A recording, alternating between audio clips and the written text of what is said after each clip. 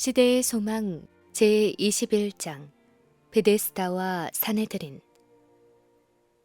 예루살렘에 있는 양문 곁에 히브리 말로 베데스다라 하는 못이 있는데 거기 행각 5이 있고 그 안에 많은 병자, 소경, 절뚝발이, 혈기 마른 자들이 누워 물의 동함을 기다리니라. 이 못의 물은 때때로 움직였으며 일반적으로 이 일은 초자연적 능력의 결과로서 누구든지 물이 요동한 후에 이 물 속에 먼저 들어가는 자는 그가 어떤 병을 가지고 있든지 나음을 받는다고 믿었다. 수백 명의 환자들이 그곳을 방문했으나 물이 요동할 때에는 무리가 너무 많아서 자신들보다 약한 남자, 여자, 아이들을 발로 짓밟으면서 서로 앞을 다퉈 밀려 들어갔다. 많은 사람들은 그 못 가까이에 갈 수도 없었다. 못 가까이에 이르기에 성공한 많은 사람들이 그 못 가에서 죽었다. 그곳에는 오두막이 세워져서 환자들이 낮의 뜨거움과 밤의 냉기에서 보호를 받을 수 있었다. 거기에는 날마다 고침을 받겠다는 헛된 소망을 안고 연못가에 기어와서 밤을 새우는 사람들이 있었다. 예수께서 다시 예루살렘에 오셨다. 그분은 외관상 명상과 기도를 하는 모습으로 홀로 걸으시다가 그 못에 이르셨다. 그분은 비참한 환자들이 나을 수 있는 유일한 기회라고 생각하는 시기를 기다리는 것을 보셨다. 그분은 당신의 치유력을 행사하여 모든 고통당하는 자들을 건강하게 만들어 주시기를 갈망하셨다. 그러나 그날은 안식일이었다. 무리가 경배하기 위하여 성전에 가고 있었다. 예수께서는 이러한 치료의 행위가 유대인들의 편견을 자극시켜서 당신의 사업을 단축시킬 것을 아셨다. 그러나 구주께서는 가장 처참한 형편에 처한 한 사람을 보셨다. 그는 38년간을 속절없이 불구자로 지내온 사람이었다. 그의 질병은 대체로 그 자신의 죄의 결과였다. 하나님께서 내리신 심판으로 간주되었다. 그 환자는 홀로 쓸쓸하게 자기는 하나님의 자비에서 끊겼다고 생각하면서 오랜 불행의 세월을 보내왔다. 물이 요동할 것이라고 생각되는 때에는 그의 무력함을 치근히 여기는 사람들이 그를 행각에까지 실어다 주곤 하였다. 그러나 꼭 혜택을 입어야 할 그 순간에 그를 도와서 물속에 넣어줄 사람이 없었다. 그는 물결이 일어나는 것을 보았지만 못 가에서 더 안으로 결코 들어갈 수 없었다. 그보다 힘센 다른 사람들이 앞서 뛰어 들어가곤 하였다. 그는 이기적이며 광분하는 무리와 제대로 경쟁할 수 없었다. 그 한 가지 목적을 위한 그의 집요한 노력과 근심과 계속적인 실망은 그의 남은 기력을 신속히 빼앗아가고 있었다. 병자는 자리에 누워서 때때로 그 못을 바라보려고 머리를 들곤 하였다. 그때 한 부드럽고 자비로운 얼굴이 그를 굽어보았는데 네가 낫고자 하느냐? 라는 말에 그의 주의가 끌렸다. 그의 마음속에는 희망이 솟아났다. 어떤 방법으로든 자기는 도움을 받을 수 있으리라고 느꼈다. 그러나 타오르던 용기는 곧 시들해졌다. 그는 자기가 얼마나 자주 그 못에 들어가려고 애썼던가를 상기했다. 이제 그는 물이 다시 동할 때까지 살아있을 가망조차도 거의 없었다. 그는 지쳐서 얼굴을 돌리고 주여, 물이 동할 때에 나를 못에 넣어줄 사람이 없어 내가 가는 동안에 다른 사람이 먼저 내려가나이다. 라고 말하였다. 예수께서는 이 환자에게 당신을 믿는 믿음을 행사하도록 요구하지 않으신다. 그분은 단순히 일어나 내 자리를 들고 걸어가라 라고만 말씀하신다. 그러나 그 사람의 믿음은 그 말씀을 굳게 붙잡는다. 모든 신경과 근육이 새로운 생명으로 전율하고 절던 다리는 건강하게 움직인다. 그가 의심하지 않고 그리스도의 명령에 순종하기로 뜻을 정하자 그의 모든 근육이 그의 의지에 응답한다. 그는 다리로 일어서면서 자기가 활동적인 사람이 되어 있음을 느낀다. 예수께서는 하나님의 도움에 대한 아무런 보증도 그에게 주지 않으셨다. 그 사람은 멈추어 의심하여 그가 나을 수 있는 유일한 기회를 놓칠 수도 있었다. 그러나 그는 그리스도의 말씀을 믿었으며 그 말씀에 입각하여 행동하자 힘을 얻었다. 우리도 같은 믿음을 통하여 영적인 치유를 받을 수 있다. 우리는 죄로 말미암아 하나님의 생명에서 단절되었다.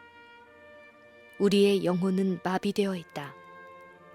그 쇠잔한 사람이 걸을 수 없었던 것과 같이 우리도 우리 스스로의 힘으로는 거룩한 생애를 살 수 없다. 많은 사람들이 그들의 무력함을 깨닫고 그들을 하나님과 조화되게 해줄 영적 생명을 갈급한다.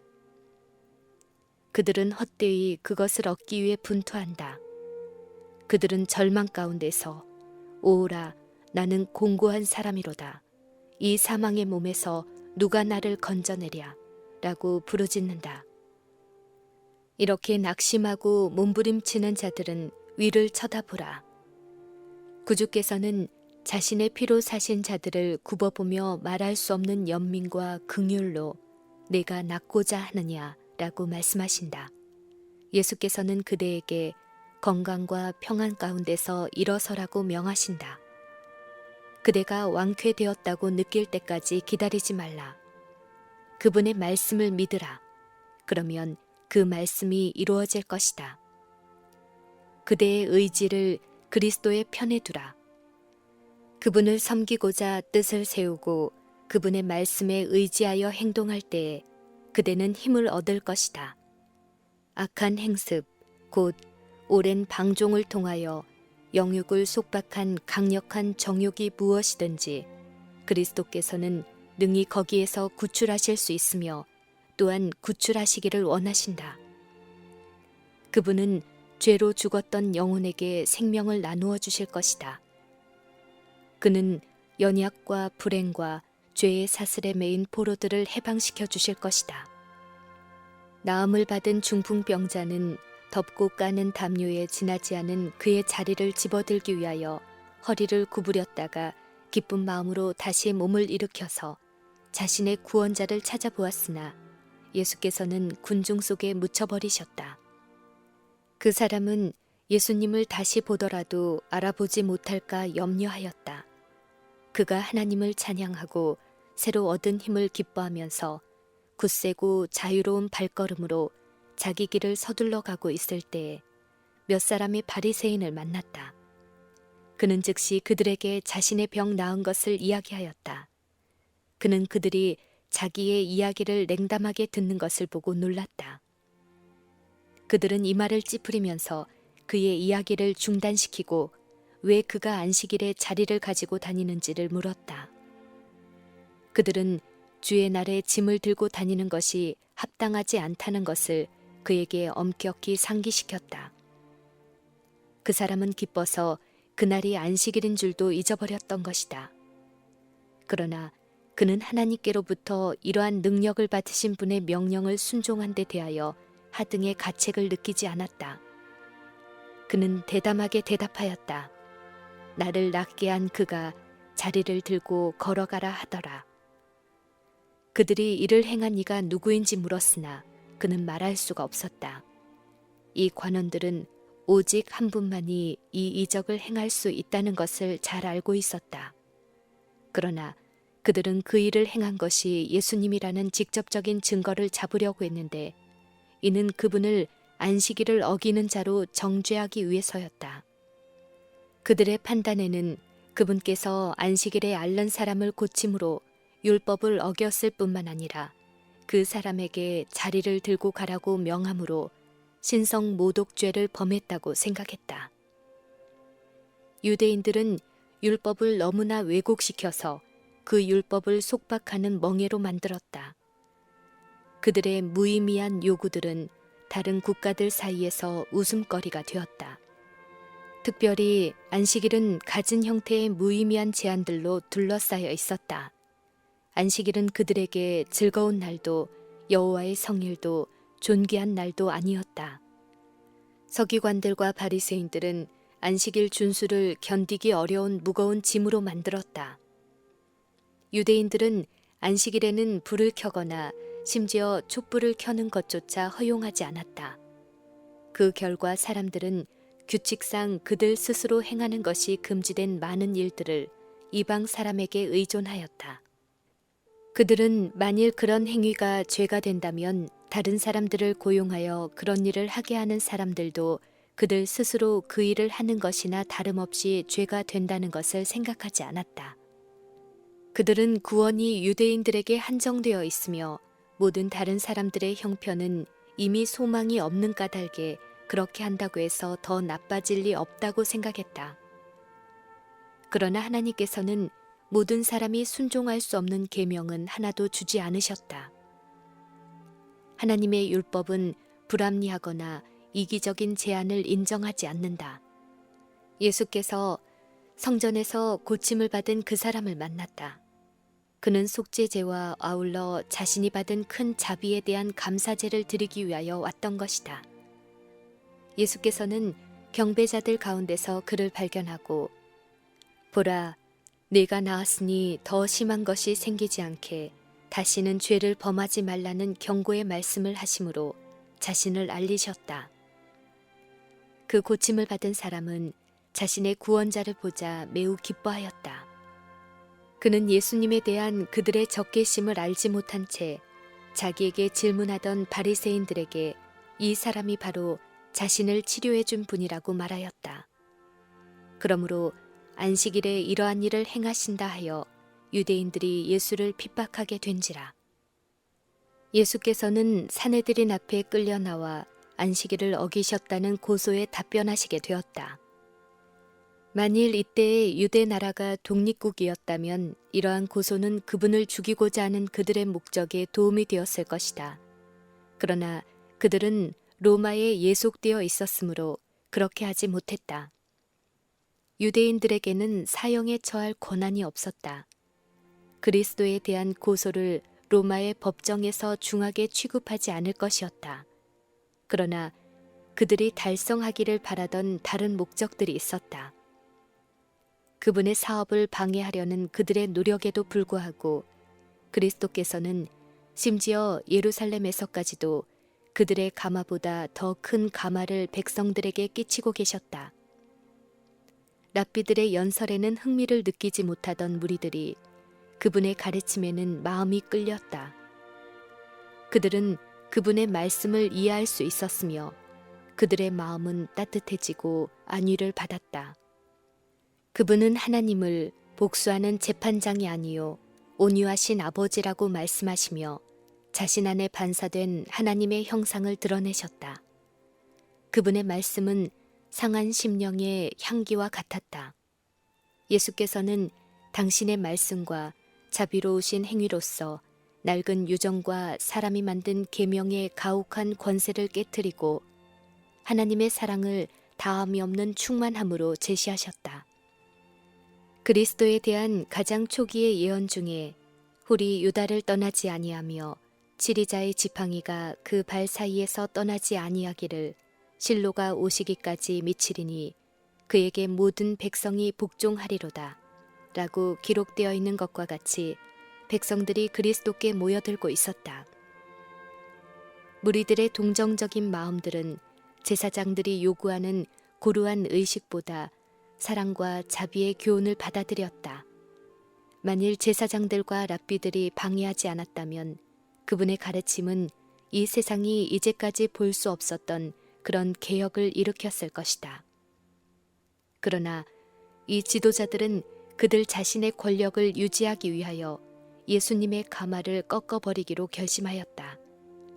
그분을 사내들인 앞에 고소하고 그분의 교훈을 공공연히 비난한다면 그것은 이 일을 성취하는 데 도움이 될 것이었다. 왜냐하면 백성들은 여전히 그들의 종교적 지도자들에게 큰 존경심을 갖고 있었기 때문이다. 감히 랍비의 요구를 비난하거나 그들이 백성들에게 지운 짐을 덜어주려고 시도하는 사람은 누구나 신성 모독죄뿐 아니라 대역죄를 지은 것으로 간주되었다. 랍비들은 이런 바탕 위에서 그리스도에 대한 혐의를 일으키기를 바랬다. 그들은 예수께서 확립된 관습을 정복하여 백성들 사이에 분열을 일으키므로 완전히 로마에 예속시키기 위한 길을 예비하려고 힘쓰고 있다고 말하였다. 그러나 랍비들이 그렇게도 열성적으로 성취시키려고 하던 계획들은 사실은 사내들인 회의 외에 다른 회의에서 시작되었다. 사단은 광야에서 그리스도를 정복하는 일에 실패한 후에 공생애에 들어가신 그분을 반대하고 가능하면 그분의 사업을 좌절시키기 위하여 자기의 세력을 규합하였다. 사단은 직접적이며 개인적인 노력으로 성취할 수 없었던 것을 계략으로 이루어 보려고 결심하였다. 사단은 광야에서의 투쟁에서 물러서자마자 그와 동맹한 천사들과의 회의에서 유대 백성들이 그들의 구속주를 인식하지 못하도록 그들의 마음을 한층 더 어둡게 할 계획을 완성했다. 사단은 종교계의 인간 대리자들에게 진리의 옹호자에 대한 자신의 증오심을 고취시킴으로써 그들을 통해 일하려고 계획하였다. 사단은 그들이 그리스도를 거절하게 하여 그분의 생애를 가능한 한 괴롭게 만들므로 그분께서 당신의 사업을 하는 중에 낙담하게 되기를 원했다. 그리하여 이스라엘의 지도자들은 구주에 대항하여 싸우는 일에 사단의 도구가 되었다. 예수께서는 그 율법을 크게 하며 존귀케 하려고 오셨다. 그분은 율법의 위험성을 감소시키지 않고 오히려 높이실 것이었다. 그는 쇠하지 아니하며 낙담하지 아니하고 세상에 공의를 세우기에 이르리라고 성경은 말한다. 그분은 안식일을 축복은커녕 저주가 되게 한 이 무거운 짐이 되는 요구사항들로부터 안식일을 자유케 하러 오셨다. 예수께서는 이런 이유로 베데스다에서 안식일을 택하여 치료하는 일을 행사하셨다. 그분은 주일 중 다른 날에도 병자를 고칠 수 있었을 것이며 그 병자에게 자리를 가지고 가라고 명령하지 않고 단순히 고치기만 하실 수도 있었을 것이다. 그러나 그렇게 했더라면 그분이 원하신 기회는 주어지지 않았을 것이다. 그리스도의 지상생애의 모든 행동에는 현명한 목적이 밑받침이 되어 있었다. 그분이 하신 모든 일은 그 일 자체와 그 교훈이 다 중요했다. 예수께서는 그 묵가에서 고통당하는 자들 가운데서 당신의 치유력을 행사하기 위하여 최악의 상황 가운데 있는 사람을 택하시고 그에게 이루어진 큰 역사를 공표하기 위하여 그의 자리를 들고 시가지를 통과해 가라고 하셨다. 그렇게 하면 안식일에 그 일을 하는 것이 합당하냐는 질문이 일어나게 될 것이므로 예수께서 주의 날에 관한 유대인들의 금령들을 책망하고 그들의 유전들이 무용하다고 선언하실 길이 열릴 것이었다. 예수께서는 고통당하는 자들을 구하는 사업이 안식일의 법과 조화된다고 그들에게 말씀하셨다. 그것은 고통당하는 인류를 섬기기 위하여 하늘과 땅을 항상 오르내리고 있는 하나님의 천사들의 사업과 조화되는 것이었다. 예수께서는 내 아버지께서 이제까지 일하시니 나도 일한다고 선언하셨다. 모든 날들은 하나님의 것으로 이 날들 동안에 인류를 위하여 당신의 계획들을 수행하신다. 만일 율법에 대한 유대인들의 해석이 올바르다면 처음에 땅에 기초를 놓으신 이래로 모든 생물을 살리고 붙들기 위하여 일해온 여호와께서 잘못하신 것이다. 그렇다면 당신의 사업을 좋다고 선언하고 그 사업의 완성을 기념하기 위하여 안식일을 제정하신 하나님께서는 당신의 일을 종결하고 우주의 끊임없는 일상적인 과정을 중지시키셔야만 한다. 하나님께서 태양이 안식일에 그 직무를 수행하지 못하도록 막고 지구를 따뜻하게 하고 초목의 양분을 공급하지 못하도록 그 온화한 빗줄기를 차단하셔야 하는가? 천체들이 성일에는 종일토록 조용히 정지하여야 하는가? 하나님께서 시냇물들이 들과 숲에 물을 공급하지 못하도록 명령하고 바다의 물결이 그 쉴 줄 모르는 조수의 간만을 멈추도록 명하셔야 할까? 밀과 곡식은 자라기를 멈추고 익은 포도송이는 그 자줏빛 결실을 연기해야 하는가? 초목들은 안식일에 싹을 틔우거나 꽃을 피워서는 안 되는가? 이렇게 되면 사람들은 땅의 열매와 삶을 매력있게 만들어주는 축복을 상실하게 될 것이다. 천연계는 변함없는 과정을 계속하여야 한다. 하나님께서는 잠시라도 당신의 손을 멈추실 수가 없는데 만일 멈추신다면 인간은 기절하여 죽을 것이다. 사람도 또한 이날에 행해야 할 일이 있다. 생활에 불가결한 일은 행해져야 하며 병자는 돌보아야 하며 공공한 자들의 필요는 공급해 주어야 한다. 안식일에 고통받는 자를 구하기를 게을리하는 자는 죄가 없지 않을 것이다. 하나님의 거룩한 안식일은 사람을 위하여 만들어졌으므로 자비로운 행위는 안식일의 의도와 완전히 조화된다. 하나님께서는 당신의 피조물들이 안식일이나 다른 어떤 날에 경감될 수 있는 고통으로 한 시간이라도 고통당하는 것을 바라지 않으신다. 하나님께 대한 요구는 다른 날보다 안식일에 한층 더 크다. 그러므로 하나님의 백성들은 그들의 일상의 직업을 떠나서 명상과 예배로 시간을 보내는 것이다. 그들은 다른 날보다도 안식일에 더욱 많은 은총을 하나님께 간구한다. 그들은 특별한 관심을 보여주시기를 하나님께 요구한다. 그들은 하나님의 가장 훌륭한 축복을 갈망한다. 하나님께서는 이러한 요구사항들을 들어주기 전에 안식일이 지나가기를 기다리지 않으신다. 하늘의 사업은 결코 중단되지 않으므로 사람들도 선한 일을 결코 중단해서는 안 된다. 안식일은 쓸모없는 무의의 시간이 되도록 의도되지 않았다. 율법은 주의 안식일에 세속적인 일을 금지하고 있다. 생계를 위한 일은 중지해야 한다.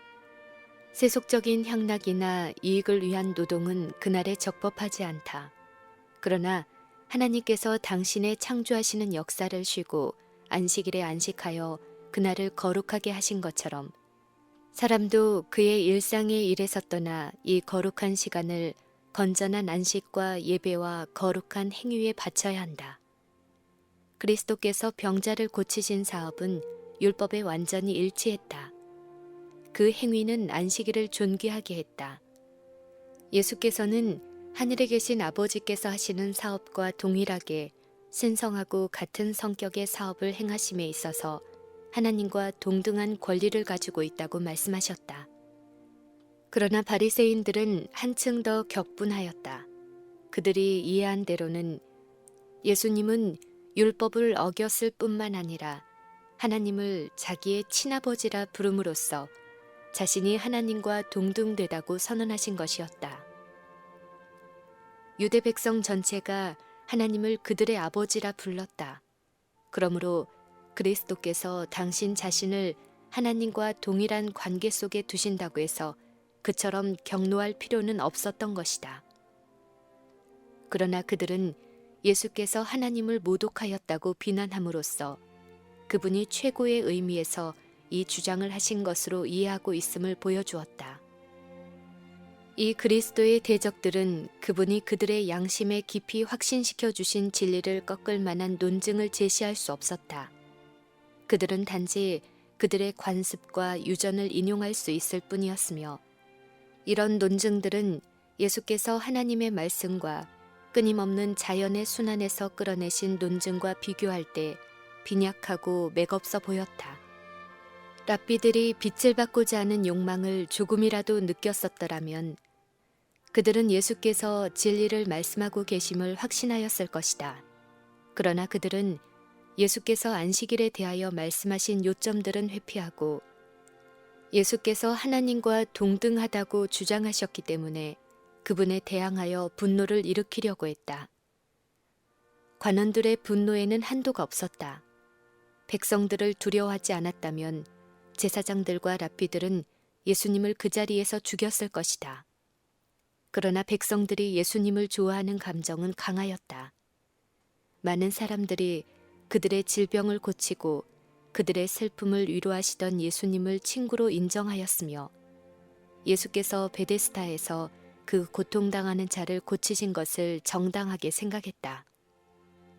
그러므로 지도자들은 얼마 동안은 증오심을 억제할 수밖에 없었다. 예수께서는 하나님을 모독하였다는 비난을 반박하셨다.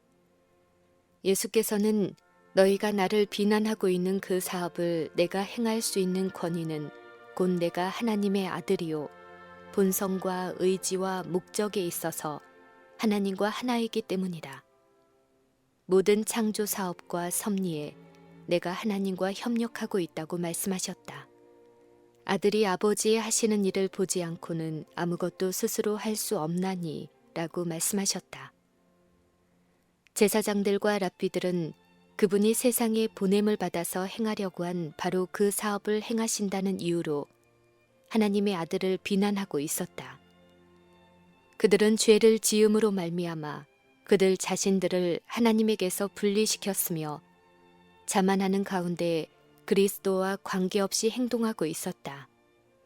그들은 범사에 자신들이 부유하다고 생각하고 그들의 행동을 지도해 줄 보다 고상한 지혜의 필요성을 인식하지 못했다.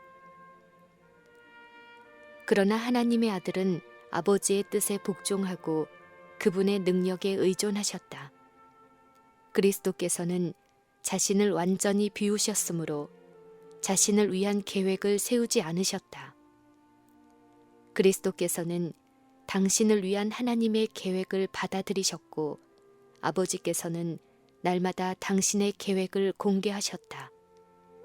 그와 같이 우리도 하나님을 의지함으로 우리의 생애가 단순히 그분의 뜻을 이행하는 생애가 되도록 해야 한다. 모세가 하나님의 거처로서 성소를 지으려고 할 때 산에서 그에게 보여준 식양대로 모든 것을 만들라는 지시를 받았다. 모세는 하나님의 사업을 하고자 하는 열성이 충만했다. 재간과 기술이 가장 뛰어난 사람들이 모세가 지시한 것을 수행하도록 준비되었다. 그러나 그는 자기에게 보여준 모형을 따르지 않고는 방울, 석류, 장식, 술, 휘장, 그리고 성소의 어떤 기명들도 만들어서는 안 되었다. 하나님께서는 모세를 산으로 불러서 그에게 하늘의 것들을 보여주셨다. 여호와께서 당신의 영광으로 모세를 덮으신 것은 그가 모형을 볼 수 있도록 하기 위함이었다. 그 모형에 따라 모든 것이 만들어졌다. 그분께서는 이처럼 당신의 영광스러운 품성의 이상을 당신의 거처로 삼기를 원하셨던 이스라엘에게 나타내 보이셨던 것이다. 시내산에서 율법이 주어졌을 때 그리고 여호와께서 모세의 앞을 지나시면서 여호와로라 여호와로라 자비롭고 은혜롭고 노하기를 더디하고 인자와 진실이 많은 하나님이로라 인자를 천대까지 베풀며 악과 과실과 죄를 용서하노라 라고 선언하셨을 때 산에서 그에게 식양이 보였다. 이스라엘은 그들 자신의 길을 선택하였다. 그들은 모형대로 건축하지 않았다.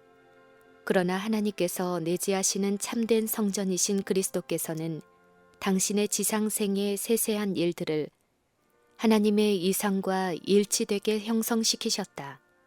그분은 이렇게 말씀하셨다. 나의 하나님이여 내가 주의 뜻 행하기를 즐기오니 주의 법이 나의 심중에 있나이다. 그와 같이 우리의 품성도 성령 안에서 하나님의 거하실 처소가 되기 위하여 지어져야 한다. 우리는 모든 것을 본을 쫓아 지어야 하는데 그 본은 너희를 위하여 고난을 받으사 너희에게 본을 끼쳐 그 자취를 따라오게 하신 그리스도이시다. 그리스도의 말씀은 우리 자신이 하늘에 계시는 우리 아버지와 불가분의 관계에 있다고 간주하도록 가르친다. 지위를 불문하고 우리는 모든 운명을 그 수중에 주신 하나님께 의존하고 있다. 하나님께서는 우리에게 사업을 지정해주고 그 사업을 할 수 있는 능력과 재정을 주셨다. 우리가 하나님의 뜻에 복종하고 그분의 능력과 지혜를 신뢰하는 한 우리는 안전의 길로 인도함을 받아 하나님의 크신 계획 가운데서 지정된 일을 성취하게 될 것이다. 그러나 자신의 지혜와 능력에 의존하는 자는 자신을 하나님에게서 분리시키고 있는 것이다. 그는 그리스도와 조화되어 일하는 대신에 하나님과 사람의 원수가 되는 사단의 목적을 성취시키고 있는 것이다. 구주께서는 계속해서 말씀하셨다. 아버지께서 행하시는 그것을 아들도 그와 같이 행하느니라. 아버지께서 죽은 자들을 일으켜 살리심같이 아들도 자기의 원하는 자들을 살리느니라. 사두개인들은 죽은 자의 부활이 없다고 주장했지만 예수께서는 당신의 아버지의 가장 큰 사업 중에 하나는 죽은 자를 일으키시는 것이며 예수님 자신도 그와 같은 일을 할 수 있는 권세를 가지고 있다고 말씀하셨다. 죽은 자들이 하나님의 음성을 들을 때가 오나니 곧 이때라. 듣는 자는 살아나리라. 바리새인들은 죽은 자의 부활을 믿었다. 그리스도께서는 지금이라도 죽은 자에게 생명을 주는 능력이 그들 가운데 있어서 그들이 그 권세의 나타남을 보게 될 것이라고 선언하신다. 이 동일한 부활의 권세는 허물과 죄로 죽었던 영혼에게 생명을 가져다 주는 그 권세이다. 그리스도 예수 안에 있는 그 생명의 성령, 곧 부활의 권능이 죄와 사망의 법에서 사람들을 해방시킨다. 악의 권세는 깨트려지고 믿음으로 말미암아 그 영혼은 죄로부터 보호함을 받는다. 그리스도의 성령에게 마음을 여는 자는 자기 몸을 무덤에서 일으켜줄 전능한 권능에 참여하는 자가 된다. 겸손한 나사렛 사람은 당신의 참되신 고결성을 주장하신다. 그분은 인류보다 뛰어난 자로 죄와 수치의 옷을 벗어던지고 천사들의 존경을 받는 자요 하나님의 아들이요 우주의 창조주와 하나가 되는 분임을 드러내신다. 예수님의 말씀을 듣던 자들은 망연해진다. 이제까지 그분처럼 말하는 자가 없었으며 자신에 대하여 그와 같이 왕 같은 위엄을 가지고 말한 사람이 없었다. 당신의 사명과 세상의 의무를 완전하게 선언하는 그분의 말씀은 분명하고 확실하다. 아버지께서 아무도 심판하지 아니하시고 심판을 다 아들에게 맡기셨으니 이는 모든 사람으로 아버지를 공경하는 것 같이 아들을 공경하게 하려 하심이라. 아들을 공경치 아니하는 자는 그를 보내신 아버지를 공경치 아니하느니라. 아버지께서 자기 속에 생명이 있음같이 아들에게도 생명을 주어 그 속에 있게 하셨고 또 인자됨을 인하여 심판하는 권세를 주셨느니라. 제사장들과 관원들은 그리스도의 사업을 정죄하는 재판관으로 자처하였지만 예수께서는 당신 자신이 그들의 심판자요 온 지상의 심판자이심을 선언하셨다. 세상은 그리스도에게 위탁되었으며 하나님에게서 오는 모든 축복은 그리스도를 통하여 타락한 인류에게 전달되었다. 그분은 성육신 후에도 구속주이셨던 것처럼 그전에도 그러하셨다. 죄가 생기자마자 구주가 계셨다.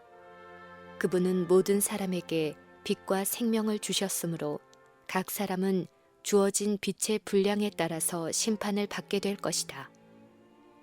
그리고 빛을 주신 그분, 가장 부드러운 탄원으로 영혼을 돌보고 그를 죄에서 돌이켜 성결로 이끌려고 하신 그분이 또한 그 영혼의 대언자요 심판자이시다. 하늘에서 대쟁투가 벌어진 때로부터 사단은 기만으로 그의 사업을 유지시켜 왔으며 그리스도께서는 사단의 괴계를 드러내고 그의 권세를 깨뜨리기 위하여 일해오셨다. 기만자 사단을 대항하고 각 시대를 통하여 사단의 수중에서 포로된 자들을 빼앗아내려고 애쓰셨으며 장차 각 사람을 심판하실 분은 그리스도이시다. 하나님께서 또 인자됨을 인하여 심판하는 권세를 주셨다. 그리스도께서는 인간의 고통과 시험의 모든 찢기를 맛보았으며 사람의 연약함과 죄를 이해하시기 때문에 우리를 위하여 사단의 유혹을 당당하게 대항하셨고 자신의 피를 쏟아 구원하려고 한 영혼들을 공정하고 친절하게 대하실 것이기 때문에 인자가 심판하도록 지명된다. 그러나 그리스도의 사명은 심판을 위한 것이 아니라 구원하시는 것이었다. 하나님이 그 아들을 세상에 보내신 것은 세상을 심판하려 하심이 아니요 저로 말미암아 세상이 구원을 얻게 하려 하심이니라. 그리고 사내들인 앞에서 예수께서는 내 말을 듣고 또 나 보내신 이를 믿는 자는 영생을 얻었고 심판에 이르지 아니하나니 사망에서 생명으로 옮겼느니라 라고 말씀하셨다. 그리스도께서는 당신의 말씀을 듣는 자들에게 기이 여기지 말라고 명하신 후에 한층 더 넓은 시각에서 장래의 신비를 그들 앞에 공개하셨다. 그분은 말씀하셨다. 무덤 속에 있는 자가 다 그의 음성을 들을 때가 오나니 선한 일을 행한 자는 생명의 부활로 악한 일을 행한 자는 심판의 부활로 나오리라. 이 장래의 생명에 대한 보증은 곧 이스라엘이 그토록 오랫동안 기대해 왔었던 것으로서 그들은 메시아께서 강림하실 때 받기를 바랬다. 무덤의 암흑을 환히 비칠 수 있는 유일한 빛이 그들에게 비치고 있었다. 그러나 그들의 고집은 맹목적이었다. 예수께서 랍비들의 유전을 깨뜨리고 그들의 권위를 무시하셨으므로 그들은 믿으려고 하지 않았다. 시간, 장소, 기회, 의회의 편만한 강렬한 감정 등 이러한 모든 것들이 합쳐져서 사내들인 앞에서 하신 예수님의 말씀을 더욱 인상적인 것으로 만들었다. 국가의 최고 종교 당국자들이 자신을 이스라엘의 회복자라고 선언하신 그분의 목숨을 노리고 있었다. 안식일에 주께서 지상의 법정에서 안식일의 율법을 범하였다는 비난에 답변하시게 되었다. 예수께서 그처럼 두려움 없이 당신의 사명을 선포하셨을 때 그분의 비판자들은 놀람과 분노로 예수님을 쳐다보았다. 그러나 예수님의 말씀을 논박할 수 없었다. 그들은 그분을 정죄할 수 없었다. 예수께서는 제사장들과 랍비들이 자기에게 질문을 하거나 당신의 사업을 방해할 권리를 가지고 있지 않다고 말씀하셨다. 그들은 그러한 권위를 부여받지 않았다. 그들의 주장은 그들 자신의 교만과 오만에 기초를 둔 것이었다. 예수께서는 죄가 있다는 그들의 비난을 인정하거나 그들에게 신문을 받는 것을 거절하셨다. 그들이 당신을 고소한 행동에 대해 사과하거나 그 행위의 목적을 설명하는 대신에 예수께서는 관원들을 대적하여 피고인에서 고소자가 되셨다. 예수께서는 그들의 마음의 강팍함과 성경에 대한 무지에 대하여 그들을 책망하셨다. 예수께서는 그들이 하나님께서 보내신 당신을 거절한 까닭에 하나님의 말씀을 거절했다고 말씀하셨다. 너희가 성경에서 영생을 얻는 줄 생각하고 성경을 상고하거니와 이 성경이 곧 내게 대하여 증거하는 것이로다. 역사나 교훈이나 예언을 막론한 구약 성경의 모든 페이지는 하나님의 아들의 영광으로 빛나고 있다. 유대교의 전체 제도는 하늘에 정하신 것이었으므로 그것은 복음에 대한 압축된 예언이었다. 그리스도에 대하여 모든 선지자도 증거하였다. 아담에게 주어진 약속으로부터 부조의 혈통과 법률적인 제도에 이르기까지 하늘의 영광스러운 빛이 구주의 발자취를 명료하게 나타내었다. 선견자들은 장래의 일들이 신비로운 행렬이 되어 그들 앞에 스쳐 지나갈 때 베들레헴의 별, 곧 장차 오실 실로를 보았다. 모든 희생 제물에서 그리스도의 죽으심이 보여졌다. 모든 향연에서 그분의 의가 올라갔다. 매 희년의 나팔 소리로 말미암아 그리스도의 이름이 울렸다. 지성소의 장엄한 신비 속에 그분의 영광이 거하였다. 유대인들은 성경을 소유하고 있었다. 그들은 그 말씀을 피상적으로밖에 알고 있지 못하면서 자신들은 영생을 얻었다고 생각하였다. 그러나 예수께서는 그 말씀이 너희 속에 거하지 아니한다고 말씀하셨다. 말씀 가운데 나타난 그리스도를 거절함으로 그들은 그분 자신을 거절하였다. 너희가 영생을 얻기 위하여 내게 오기를 원하지 아니하는도다. 유대의 지도자들은 메시아의 왕국에 관한 선지자들의 교훈을 연구하였으나 그것은 진리를 알고자 하는 신실한 욕망을 가지고 한 것이 아니라 그들의 야심을 뒷받침해주는 증거를 찾을 목적으로 연구한 것이었다. 그리스도께서 그들의 기대에 어긋나는 모양으로 오셨을 때 그들은 그분을 받아들이려 하지 않았다. 그들은 자신들을 합리화하기 위하여 그분이 기만자라는 것을 입증하려고 힘썼다. 그들이 일단 이 길에 발을 들여놓았을 때 사단이 그리스도에 대한 그들의 반대를 북돋아 주는 것은 쉬운 일이었다. 그분의 신성의 증거로 마땅히 받아들였어야 할 그 말씀까지도 그분을 대적하는 말씀으로 해석되었다. 이와 같이 그들은 하나님의 진리를 거짓으로 바꾸었으므로 구주께서 당신의 자비로운 역사로 그들에게 직접적으로 말씀하실수록 그들은 빛을 더욱더 저항하기로 결심하였다. 예수께서는 나는 사람에게 영광을 취하지 아니하노라고 말씀하셨다. 예수께서 바라셨던 것은 사내들인의 영향도 그들의 인정도 아니었다. 예수께서는 그들의 인정을 받음으로 아무런 영광도 받으실 수 없었다. 예수께서는 하늘의 영광과 권위를 부여받으셨다. 예수께서 만일 그것을 원하셨다면 천사들이 와서 그분에게 경의를 표하였을 것이며 하늘 아버지께서는 다시 그분의 신성을 증거하셨을 것이다.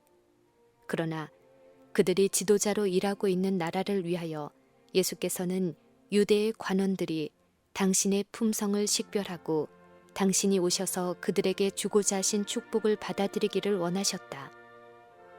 나는 내 아버지의 이름으로 왔음에 너희가 영접지 아니하나 만일 다른 사람이 자기 이름으로 오면 영접하리라. 예수께서는 하나님의 권위로 오셔서 그분의 형상을 지니고 그분의 말씀을 성취하며 그분의 영광을 구하셨지만 이스라엘의 지도자들의 영접을 받지 못하였다. 그러나 그리스도의 품성을 가장하고 그들 자신의 의지에 충동되어 그들 자신의 영광을 구하는 다른 사람들이 나타난다면 그들은 영접을 받을 것이었다. 왜 그런가? 그 까닭은 자신의 영광을 구하는 자는 다른 사람들의 마음속에 있는 자고하기를 원하는 욕망에 호소하기 때문이다. 유대인들은 그러한 호소에는 응답할 수 있었다. 그들은 거짓 교사는 영접하였을 것이다. 왜냐하면 그는 그들이 품고 있던 의견과 유전을 인정함으로 그들의 자만심에 아첨하였을 것이기 때문이다. 그러나 그리스도의 가르침은 그들의 생각과 일치되지 않았다. 그리스도의 가르침은 영적인 것으로 자아 희생을 요구하였으므로 그들은 그 가르침을 받아들이려고 하지 않았다. 그들은 하나님을 알지 못하였으며 그리스도를 통하여 들린 하나님의 음성은 그들에게는 한갓 외인의 음성에 지나지 않았다. 오늘날에도 이와 같은 일이 되풀이되고 있지 않은가? 심지어 종교 지도자들 중에서도 그들의 마음을 성령에 대하여 강팍하게 하여 하나님의 음성을 인식할 수 없도록 만드는 자들이 많지 않은가? 그들은 그들 자신의 유전을 지키기 위하여 하나님의 말씀을 거절하고 있지 않은가? 모세를 믿었다면 또 나를 믿었으리니 이는 그가 내게 대하여 기록하였음이라. 그러나 그의 글도 믿지 아니하거든 어찌 내 말을 믿겠느냐고 예수께서는 말씀하셨다. 모세를 통하여 이스라엘에게 말씀하신 분은 바로 그리스도이셨다. 그들이 만일 그들의 위대한 지도자를 통하여 말씀하신 하늘의 음성에 귀를 기울였다면 그들은 그 음성을 그리스도의 교훈 가운데서 인식하였을 것이다.